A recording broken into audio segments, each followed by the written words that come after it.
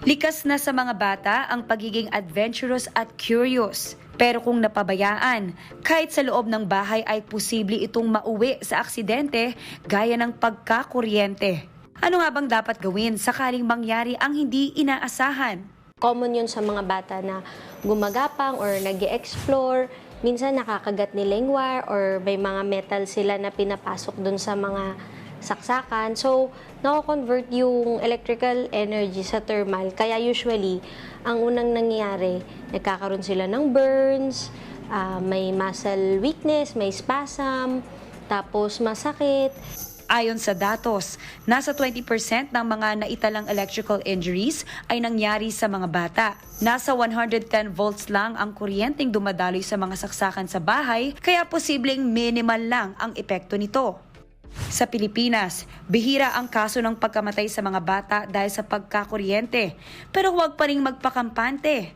Nariyan pa rin ang banta ng mas malaking peligro gaya ng mga live wire.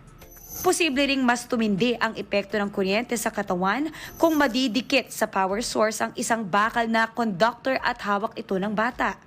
Gayun din kung basa ang kamay o hawak ng bata. Kung medyo high voltage yung electrocution na nangyari, usually more than 1,000 volts yun, nagsisisure, tapos nawawala ng malay, and posibleng mag-stop yung heartbeat ni baby. May paalala si Doc para mailigtas ang isang taong nakukuryente nang hindi kayo nalalagay sa alanganin. Unang-una, hindi mo siya lalapitan agad, di mo siya hawakan kasi madadamay ka. So, dapat ikakat mo lahat ng power source. You have to break the circuit agad. So, hanap ka ng non-metallic na material or wood, rubber, tapos yun yung pang-push mode sa bata. Or kung wire man yun na kinagat niya, yun yung gawin mong pang-scoop out.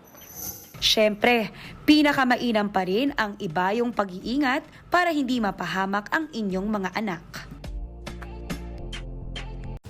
Mga kapatid, Maui David po. Simula ng inyong araw na may alam at may pakialam sa mga may init at umaaksyong balita sa bansa. Para maging una sa balitaan, mag-subscribe at mag-follow sa social media pages ng News 5.